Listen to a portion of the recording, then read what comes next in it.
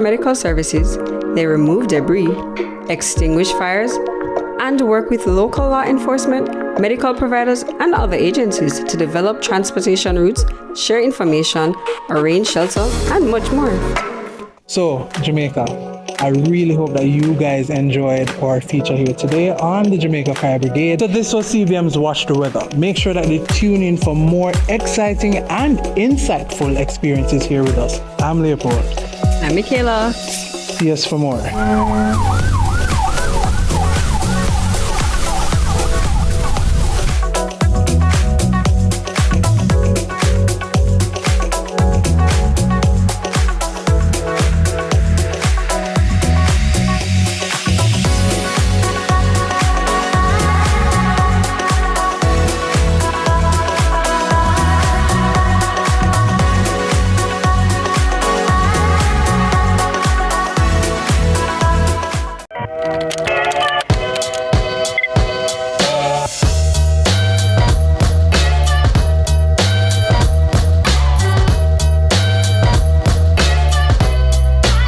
Need to estimate your duty? Perform a track and trace? Search for a declaration? Then download the Jamaica Customs mobile app today. The time by the Jamaica Customs Agency is 12 p.m.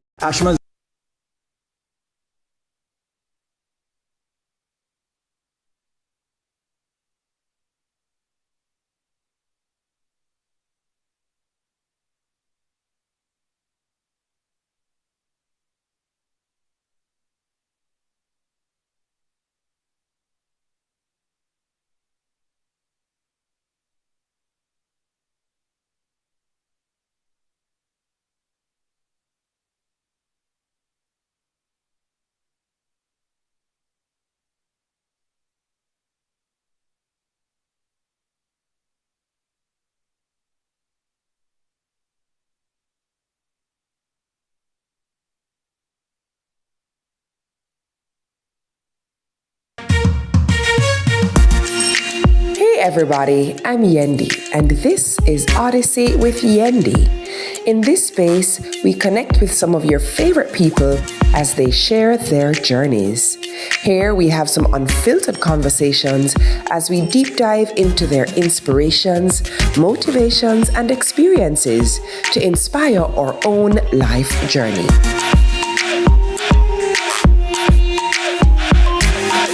Odyssey with Yendi, brought to you by Grace, Singer, and Islandnet Services. Let's delve deep into the issues. We'll take you beneath the surface. Greetings and salutations. My name is Orville Higgins, and it's another edition of Fan Central. Talking to the people at the heart of the top sporting stories. Hear from your favorite sportsmen and women and the administrators who work tirelessly to make it all happen. It's a live sports talk. I've written an entire article. Yes. Looking at all the major issues every Tuesday at 9 p.m. It's Fan Central.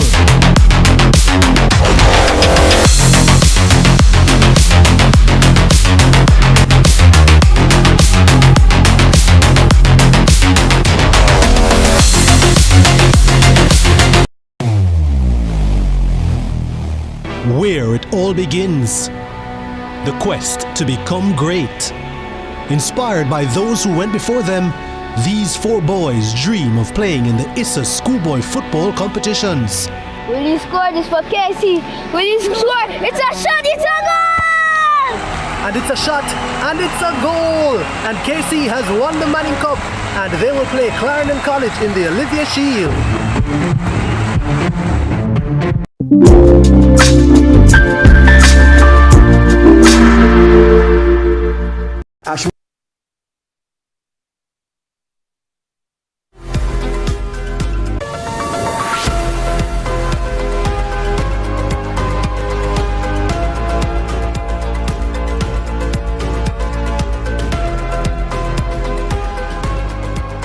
Thanks for joining us for CVM News at Noon. It's a Thursday, October 23. I'm Amoy Harriet. Up first this afternoon, the tropical storm watch, which has been in effect for Jamaica, has been upgraded to a warning. The island is now on a hurricane watch as tropical storm Melissa moves slowly across the Caribbean Sea. This means tropical storm conditions pose a possible threat to Jamaica within 36 hours, and hurricane conditions are unlikely to pose a threat within 48 hours. The Met Service says at 4 a.m. the center of tropical storm Melissa was located about 353 kilometers or 219 miles southeast of Morant Point, Jamaica, or about 390 kilometers or 240 miles southeast of the capital, Kingston. Melissa is moving very slowly towards the west, near 6 kilometers per hour or 3 miles per hour. And of course, we'll get more on the system from our meteorologist Javoy Sawyers a little later in the newscast. In the meantime, the government and its agencies called a press briefing at the office of the Prime Minister this morning to update the country on preparation efforts. Speaking at the briefing, Manager for Weather Services at the Met Office, Rohan Brown, outlined the system's current position, movement, and the potential impacts for Jamaica over the coming days. Tropical storm Melissa was located near latitude 15.5 degrees north, 74.9 degrees west, or about 215 miles southeast of Kingston, Jamaica. The system is moving slowly towards the northeast near 7 kilometers per hour, and maximum sustained winds are up to 75 kilometers per hour with higher gusts. Now, we have gone from a tropical storm watch to a warning because tropical storm conditions are likely within 36 hours within the Jamaica area. And we have also gone to a hurricane watch because hurricane conditions of 119 kilometers or more in terms of wind speed are likely over Jamaica over the next 48 hours. Now, little strength in forecast is expected over the next day or so. But what is interesting, we had just had a discussion with the National Hurricane Center, and coming out of that is that Melissa could become a major hurricane sitting south of Jamaica on the weekend. And that, of course, is something that we have to pay special attention to. Now, the Weather Service Manager also outlined the potential impact of the storm. We're expecting significant rainfall amounts that could cause localized flooding and landslides, especially over low-lying and flood-prone areas due to Melissa, and of course the antecedent conditions of the heavy rainfalls over the last couple of weeks, which would allow the soils to be very wet or saturated at most. And strong gusty winds are likely in terms of tropical storm winds over Jamaica Friday into the weekend, and as such we have gone for the tropical storm warning, and the hurricane conditions are likely on Saturday, and therefore we have gone for a hurricane watch as well. Marine interest should expect widespread showers and thunderstorms accompanied by tropical storm force winds today and continuing into the weekend. Winds reaching hurricane strength are likely on Saturday, particularly over southern and eastern offshore areas. And of course, we're advising that all marine operators, including fishers on the quays and banks, should have by now be in port, and we're urging them to complete their necessary safety precautions without delay. Now, Member of Parliament for Western Westmoreland, Ian Hales, is lashing out at the government for what he describes as poor planning and misplaced priorities. Mr. Hales claims that the administration has drained the national budget on election spending, leaving no funds to support constituencies with disaster preparedness. Kevin Black tells us more. Out in the pouring rain on Wednesday, Western Westmoreland Member of Parliament Ian Hales. Let me say to the people of Western Westmoreland that the Met Office have just informed us that by Friday, Melissa will be a hurricane. That's number one. The returning NP was leading drain cleaning efforts in his constituency. But according to Mr. Hales, the work is being done without government support, claiming the country's resources were used up in the financing of the recent general election.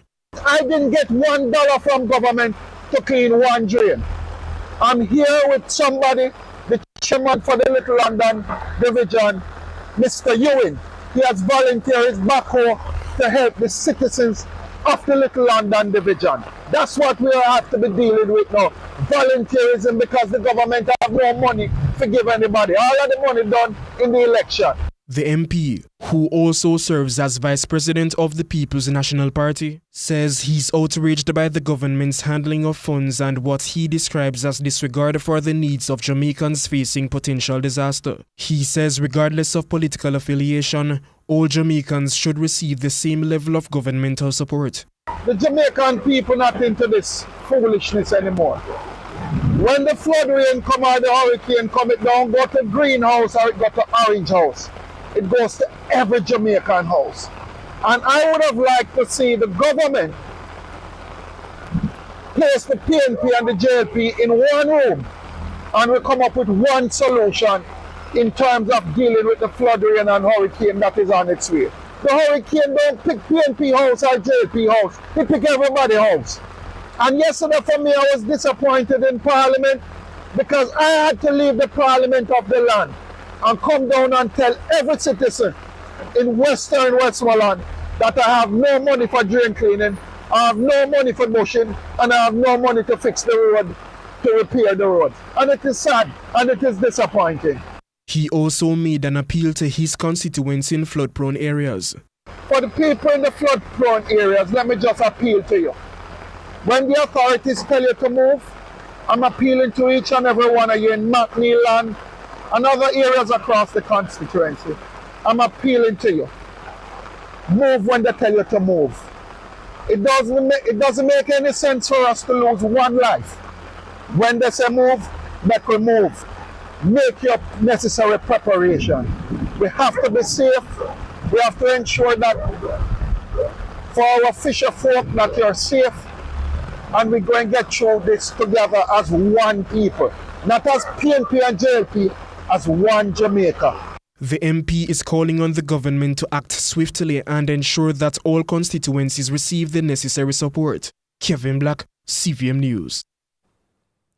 A stern warning this afternoon from the Minister of Telecommunications, Daryl Vaz, to the Jamaica Public Service, JPS, regarding the disposal of debris from the cutting of trees to clear its lines.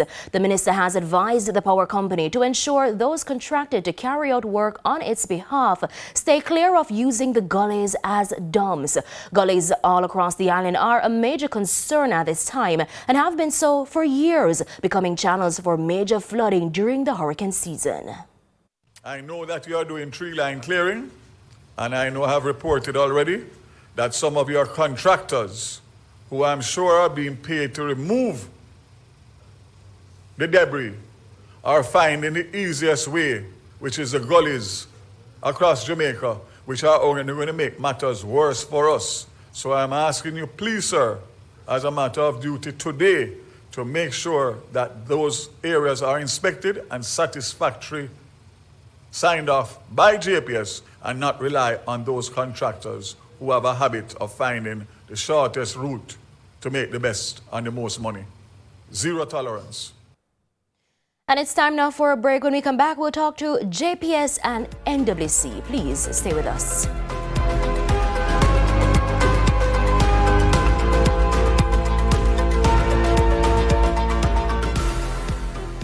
Equipment, the new name in forklift sales and rentals in Jamaica. Top quality, low prices, fleet discounts available, 12-month warranty, free service parts, daily rentals, crazy cheap. Ashman's Equipment, same forklift, better deals.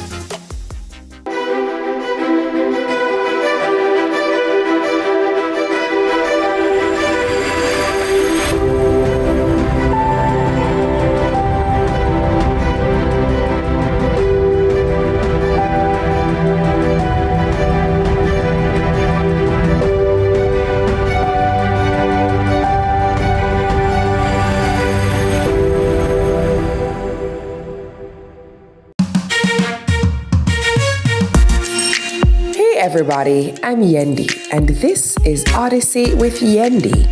In this space, we connect with some of your favorite people as they share their journeys. Here we have some unfiltered conversations as we deep dive into their inspirations, motivations, and experiences to inspire our own life journey.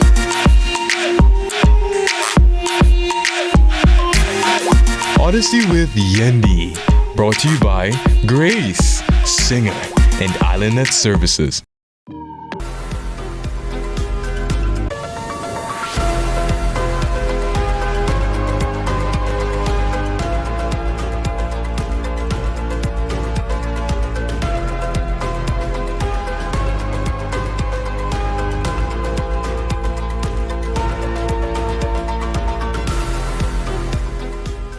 Welcome back to CVM News at Noon. We're continuing our coverage of Tropical Storm Melissa. Joining us now is Media and Public Relations Manager at the Jamaica Public Service Company, Audrey Williams. Welcome, Ms. Williams. Good afternoon. Hi, good afternoon. Good afternoon. Thank you for having me. All right.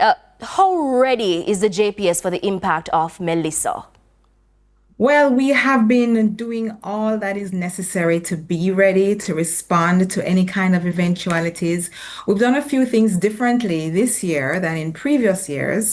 So one of the things that for us is pretty outstanding in terms of a difference, in keeping with best industry practices, we have proactively brought on board teams from overseas before the storm hits, so that when we do have whatever the result is of the weather system, we are able to immediately respond with an increased team. So last night we had teams coming in from St. Vincent, this morning from St. Lucia. Tomorrow we're having a contingent from the USA. So that is a major difference for us this time around. And we do anticipate that that will show out in what ensues afterwards. As is normal, we have our simulations throughout the year and so on. So we have been doing that. We have also been strengthening what we call our structural integrity. So that speaks to our poles, our lines. We've been doing a lot of equipment upgrades. We have absolutely escalated our vegetation management. So we feel like we're in a much better position. However, one concern that we do have is the fact that we have been having days of rain prior to this system, which means that the soil is more waterlogged than it would have normally been under blue skies condition. When you have waterlogged soils and then you have a system that's coming, dumping many centimeters of water on that, then you are setting up yourself for a situation where you can have landslides. With landslides come poles and equipment washing down hillsides, or potentially other material, trees, boulders, you name it, coming into contact with poles, lines, etc., which can also cause them to break, resulting in outages. So that's an area that we're particularly concerned about, and we are watching, we are monitoring to see how best we can respond if and when such things do happen. But that is one of our major concerns. Also, our teams, our own local teams, are already on standby. We have typically, when we have a situation like this, we know that there are areas that tend to be marooned, some areas in the east, and not just in the east, in the west and other areas as well. You have a certain amount of marooning that can take place. And so what we do is we stage our resources, our poles and so on in those areas ahead of the impact, along with the teams, so that we don't have that access issue. We can't completely bar against access issues, because when you do have landslides and the rest of it, you don't have road access. Sometimes communities, you simply cannot reach them. But we have a great relationship with our partners, NWA, and so we work together to, as quickly as possible, get those roads cleared so that we can get into the communities and do the necessary work. But we've been doing a lot of prep for this system. So, Ms. Williams, JPS CEO Hugh Grant at the press briefing this morning said, and I'm going to quote exactly what he said, the lights will go out. Now, Jamaicans want to know, what's the situation with JPS regarding weather events like these, why there's always a disconnection or power outage?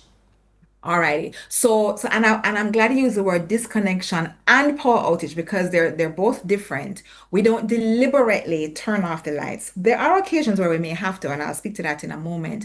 But the grid, and this is not unique to Jamaica now, the grid is designed to protect itself. So if you do have contact with the grid, whether it's flying zinc or tree branches or whatever it might be, whenever there is contact, the grid can shut down, whether partially or, segments of the community, in order to protect itself and in order to protect life and property.